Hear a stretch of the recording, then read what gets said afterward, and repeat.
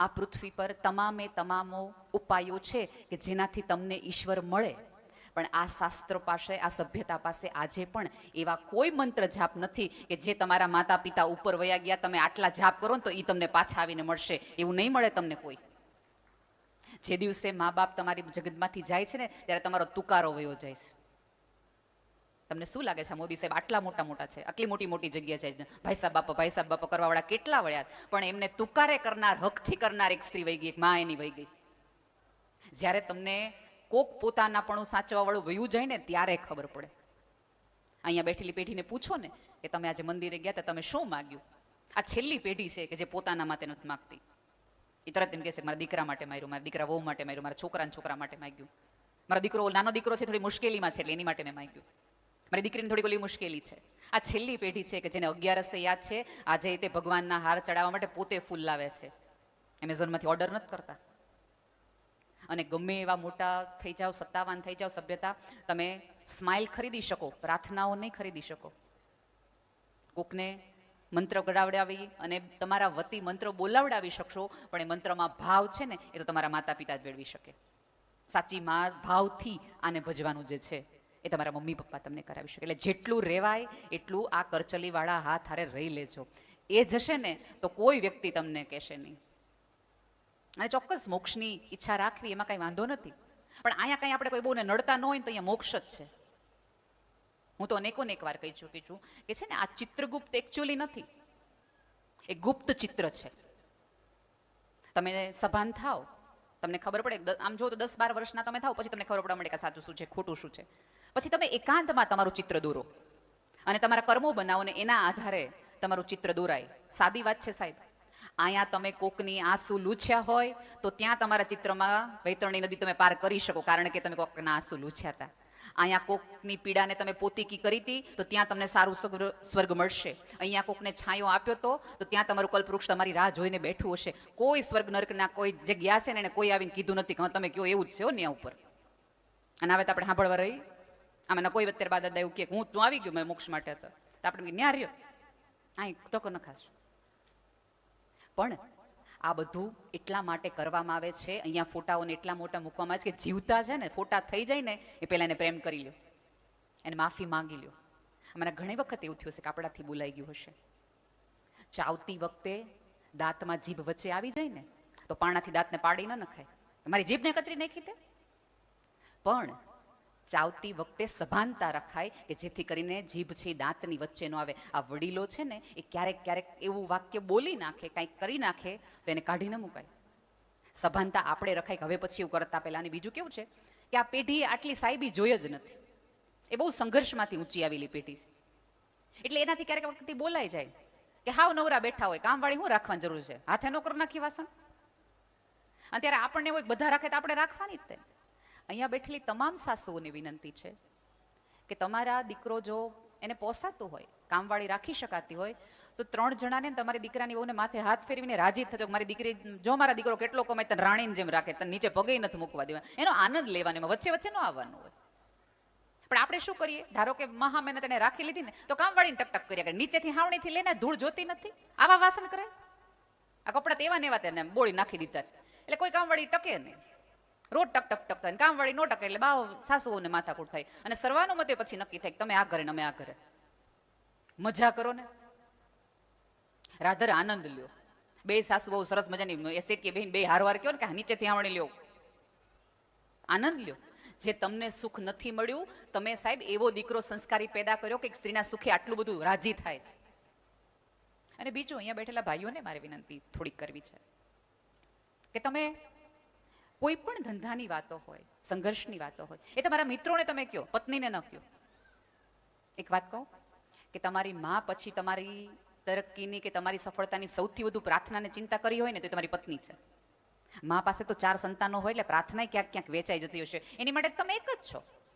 તમારી સફળતા માટે સૌથી વધુ રાજી થનાર સ્ત્રી હોય તો તમારી પત્ની છે. પણ આમાં ક્યારેક એવું બને કે તમારા કર્મચારીઓને ખબર હોય કે તમારું રોકાણ ક્યાં છે, તમે આર્થિક રીતે, પત્નીને કંઈ ન ખબર હોય અને કંઈક પૂછે સહી કરાવતી વખતે કે આમાં હેમ અહીંયા તમે મને સહી કરાવો, તો આમ કે છૂટાછેડા નથી દેતો, ચૂપચાપ સહી કરી નાખ. એને ખબર છે કે તમે ન દઈ શકો કારણ કે તમને હાલે એમ નથી, એના વગર માંડ મળ્યું નહીં. ક્યારેક પાસે બેસાડીને બધી વાત કરો કે અહીંયા આટલા, આને આટલા દેવાના, આને આટલા લેવાના. એવા કેટલાય લોકો છે કે આ પૃથ્વી પરથી જાય પછી એનું શું છે ને કોઈને ખબર ન હોય, પછી પાછળવાળા મજા કરે. ચંદ્રકાંત બક્ષીએ એવું એકવાર કીધું હતું કે આ જગતનો સક્ષમ પુરુષ એ કહેવાય કે જે પોતાની હાજરીમાં પોતાની પત્નીને વિધવા થતા શીખવાડે કે મારા ગયા પછી તારે જીવવું હોય ને તો તું આટલી આટલી રીતે જજે, આના ઘરે જજે ને આના ઘરે ન જતી, આની પાસે મદદ માગજે ને આની પાસે ન માગતી. આપણી પાસે આટલું બધું છે. અહીંયા દરેક પુરુષ સફળ થાય, સત્તાધારી થાય, મોટો ને મહાન થાય તો બધા જ એવું કે ના બહુ મહેનત છે, એના બહુ સંઘર્ષો છે, ઈશ્વરની કરુણા છે, મા બાપના આશીર્વાદ છે, નસીબ છે. હા, બધું જ છે, કોઈ સવાલ વગરની વાત છે કે આ બધા થકી જ તમે ક્યાંક આગળ વધો. પણ જ્યારે કોઈ તમને આવું કહે ત્યારે એકાદ વાક્ય વધો કે માત્ર મારી મહેનત, મારું નસીબ, મા બાપના આશીર્વાદ નથી, મારી પત્નીની સહન શક્તિ પણ આમાં જવાબદાર છે કે જેના થકી હું અહીં સુધી પહોંચ્યો છું. કારણ કે જગત આખાનું ફ્રસ્ટ્રેશન તમે લાવો ઘરે, ત્યાં તમે હાજી સર, ઓજી સર, બરાબર થઈ જશે, ચિંતા ન કરતા, ભલામણ ચિંતા ન કરતા. અને ઘરે આવીને તમે ફ્રસ્ટ્રેશન કાઢવાના છે. સાહેબ, તમે તમારી પીક અવર્સમાં જિંદગીના સારામાં સારા દિવસોની અંદર તમારા ધંધાના અર્થે બારગામ રહ્યા, એ સ્ત્રી ઘર ઓઢીને બેઠી રહીને ત્યારે તમે આટલું ઉડી શક્યા આકાશમાં. એક શ્રદ્ધા સાથે ઘરની મારે ચિંતા નથી કરવાની. અને આમાંની કોઈ પણ સ્ત્રી ક્યાંય પણ મોટી ને મહાન થઈ છે ને તો એને ઘરે 5:30 હું રસોઈ કરવી એની પેલી ચિંતા વગાડવી જ પડે. અને પછી આપણે એને કેટલા બધા કામવાળા છે ને ક્યાં જરૂર, પણ કામવાળાને કેવું તો ખરું ને કે આજે આ બનાવજે, આજે ઓલું બનાવજે, કે આજે આ કરજે. ખબર નહીં જગતમાં સ્ત્રીઓ સુખી થાય તો જગત આખાને આટલો બધો વાંધો શું છે?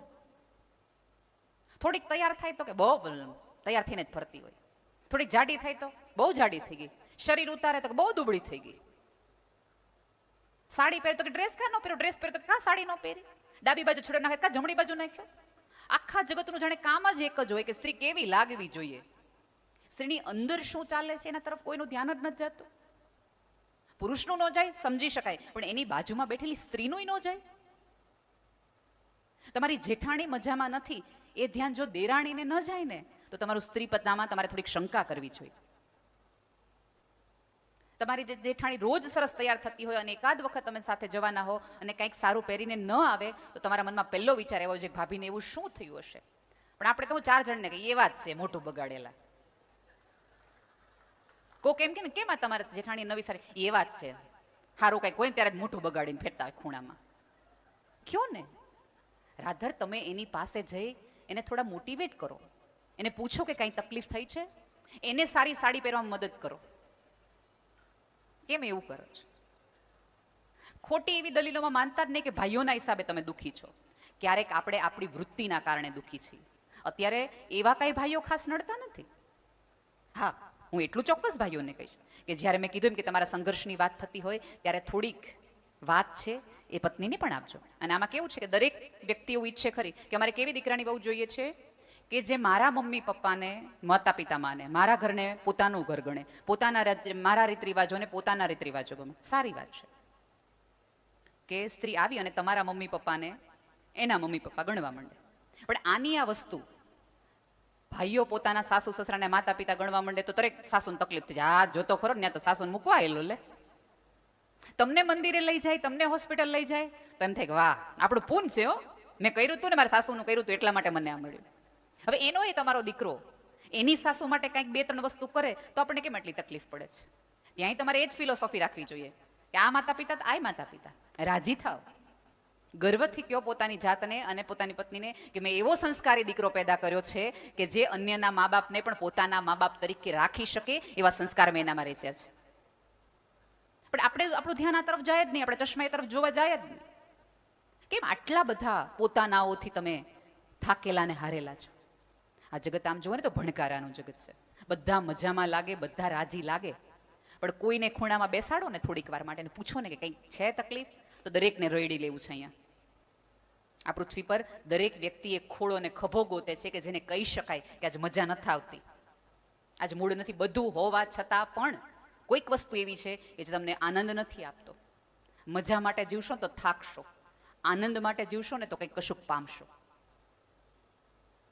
અને આમાં કેવું છે, એક વખત સોનીની દુકાન અને લુહારની દુકાન એકબીજાની સામસામેની દુકાન હતી. જેવું લોખંડની લુહારની દુકાને પહેલો ઘા પડ્યો હથોડી પરનો મોટો, એ લોખંડનો ટુકડો ચીસ પાડીને સોનીની દુકાનમાં જઈને પડ્યો. ત્યારે સોનું પીગળી રહ્યું હતું. ત્યારે સોનાએ પીગળીને ઓલા લોખંડના ટુકડાને કીધું કે બસ આટલી વારમાં એક નાનો એવો ઘા પડ્યો, કેટલી તે રાડ નાખી, ત્યાંથી છટકીને અહીંયા બાજુ આવતો રહ્યો.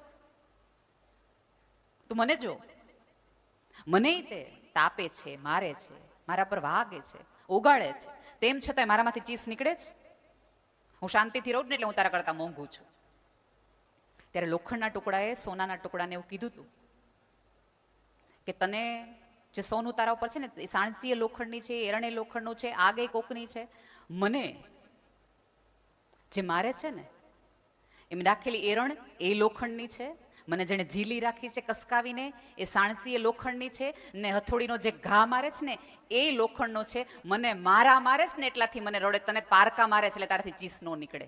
પોતાના ઘા મારે ને ત્યારે તો રાડું નીકળી જ જાય.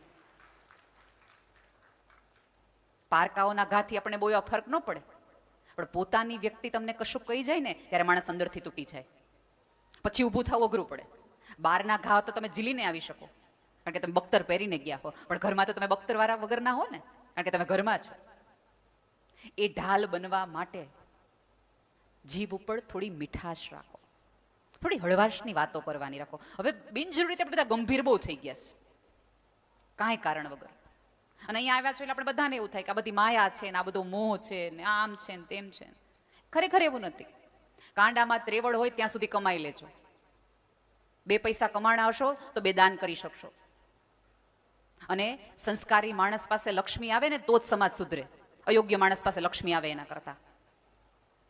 તમારી પાસે 2 પૈસા હશે તો આવા આશ્રમોમાં બાંધી શકશો, આવી સપ્તાહો કરી શકશો, કથાઓ કરી શકશો, અમારી વિકલાંગ સંસ્થાઓ જેવી સંસ્થામાં દાન કરી શકશો. તમે તે સ્લીપરમાં સેફ્ટી પિન ફેરવીને ફરતા હોય, તમને શું મદદ કરવાના હતા? જેની પોતાની તાવડી ટેકા લઈ ગયો એ કોકના રોટલા દે ના. કમાવાય એટલું કમાવો, જેટલી ત્રેવડ હોય. તમારા સંતાનોને તે ખોટી સંતોષની વ્યાખ્યા ન આપો કે બેટા ચટણી રોટલી ખાઈને પડ્યું રહેવું, પણ ખૂણામાં શાંતિથી રહેવું. ના ના, હવે ન હાલે. તાવડી તેરવાના માને. ખોટી રીતે સંતોષની વ્યાખ્યા સંતાનોને ન આપો, એને સમજાવો યોગ્ય રસ્તે પોતાની મહેનતથી કઈ રીતે લક્ષ્મી કમાવાય એ રસ્તે શીખવાડો. અને આવેલી લક્ષ્મીમાંથી કઈ રીતે સવાયું કરવાના રસ્તાઓ એને દેખાડો. દાનનું મહત્વ સમજાવો એને, વાપરવાના રસ્તાઓ. અને સૌથી વધુ મહત્વનું એને સેવિંગ શીખવાડો. અત્યારે મોટી પેઢીની મોટી તમે હમણાં કદાચ થોડાક વખત પહેલા વાંચ્યું છે, ટાઈમ્સ ઓફ ઇન્ડિયાનો સર્વે છે કે આવતા દિવસોમાં ભારત લગભગ 2.5 કરોડથી વધુ ક્રેડિટ કાર્ડ ઉપર જીવતા લોકો થઈ જશે ગુજરાતમાં. ક્રેડિટ કાર્ડ એટલે શું? ઉધારીમાં તમે. એના બદલે તમારા સંતાનોને શીખવો કે થોડું ઘણી બચત પણ કરે. અને એનો સાદામાં સાદો અને સરળમાં સરળ રીત તો એ છે કે નાનપણથી એના મગજમાં બચત રાખો. તમારું બાળક બેન કે મમ્મી મારે આ વખતે બર્થડેમાં આ વસ્તુ લેવી છે, તો પહેલું વહેલું પૂછો બેટા એની શું કિંમત હશે, કારણ કે એને ગૂગલ કરી જ લીધું હશે કે 500ની વસ્તુ છે, 700ની વસ્તુ છે કે 1000ની વસ્તુ છે.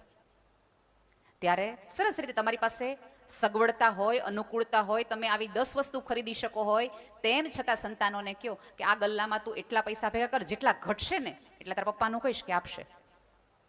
અને આમાં ક્યારેક ભાઈઓ થોડીક એવી રાખે ને ટેવ કે કરકસર કરાવડાવે, અથવા તો તમારા છોકરોને કોઈક મોટી સ્કૂલમાં જવાનું હોય, વધુ એડમિશન લેવા જવું હોય, વિદેશ ભણવા જવાનું હોય, એટલે ભાઈ એમ કહે કે ભાઈ તું તારા કડે કરો ભાઈ, અમારામાં તેવડ નથી. તો આપણી અંદરની તરત ઓલી જશોદા માતા રોવા માંડે કે નારે ના કોની હાટો કમણ, આવા કા લોભણા વેડા કરો, છોકરાને નથી દેતા, કોની હાટો તમે ભેગું કર્યું છે? એ પુરુષ કમાણો છે તમારી અને તમારા સંતાનો માટે છે. તમને શું લાગે છે એને કંટાળો નહીં આવતો હોય? અહીંયા બેઠેલી તમામ સ્ત્રીઓ જીવનમાં એક વાક્ય બોલી જ હોય, બધું મૂકીને ક્યાંક વયું જાઉં છું. કેટલી વખત ઈચ્છા થઈ ત્યાં છોકરા હાટો ઘર બાંધીને બેઠા રહ્યા, છોકરા હાટું ઘર બાંધીને બેઠા રહ્યા, એવું બધા બોલ્યા હોય. તમને નહીં લાગતું કે આ લોકોને વિચાર ઘણી વાર આવ્યો બધું મૂકી જવાનું? આવ્યો જ હોય. પણ એ પુરુષ તમારી જેમ એ વાક્ય બોલતો નથી કે બધું જ મૂકી જવાની ઈચ્છા થઈ. તમે બાળકો માટે રહી ગયા, એ તો બાળકો અને તમારી બંનેની માટે રહી ગયા કે મારા ગયા પછી મારી પત્નીને બાળકોનું શું થશે, એ વિચાર એને આવે છે. એ તકલીફ એ છે કે એક્સપ્રેસ કરી શકતો નથી. અને આપણા બધાનું કેવું છે કે આપણે દિલીપ કુમાર જેવો શાંત પતિએ જોઈએ, અમિતાભ બચ્ચન જેવો એંગ્રી યંગ મેને જોઈએ, જ્યારે તમારે એના મમ્મી કંઈક બોલે એટલે કે નહીં મારી પત્નીને કોઈ કાંઈ કહેવાનું નથી, એવો અમિતાભ જેવો એંગ્રી યંગ મેને જોઈએ. સાંજ પડે પાછી તમને શાહરૂખ ખાન જોઈએ કે જે 2 હાથ કરીને તમને ફૂલ આપીને કીધું બહુ સરસ લાગે છે. એક માણા આગળ કાં આટલા બધા રોલ કરાવડાવો ભલા માણે?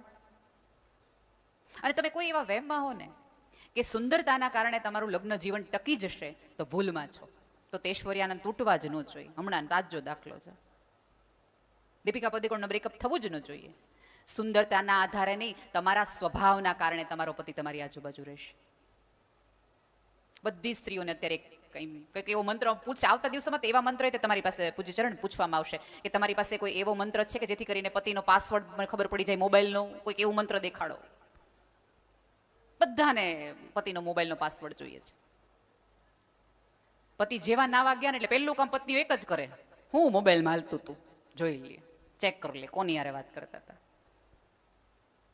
એના બદલે મોબાઈલના તમારા સંતાનોના પણ કે તમારા પતિના પણ મોબાઈલના પાસવર્ડ ગોતવાના બદલે એના મૂળના પાસવર્ડ ગોતો કે હું કરું ને કે આ માણસ મારા સિવાય ક્યાંય ન જાય, એને હું કઈ રીતે સાચવું, હું કઈ રીતે મારા વ્યવહારમાં મારા વર્તનમાં એવી વિચાર લાવું. પણ આપણે તો કેવું કે શંકાનો દર એટલો બધો મોટો કરે, સતત શંકા કર્યા જ કરે એટલે એક દી કરી નાખે, રોજ કરે તો છે ને એના કરતા કરી નાખવા વાંધો હું જ, પછી એને ગિલ્ટ નહીં રહી. તમે એમને એવું માનતા હો કે બોલીને લડીને તમને એને પાછા લાવી શકશો યોગ્ય માર્ગે, તો ભૂલી જાજો. માત્ર ને માત્ર તમારી સારપના કારણે જ તમે એમને પાછા લાવી શકશો. અને હવેની પત્નીઓએ સાવિત્રી થવા માટે યમરાજા પાસેથી પોતાના પતિને પાછી લાવવાની જરૂર નથી. પાનના ગલ્લેથી બીજી દુકાનેથી પાછા લાવી દો ને તોય બચી જાય.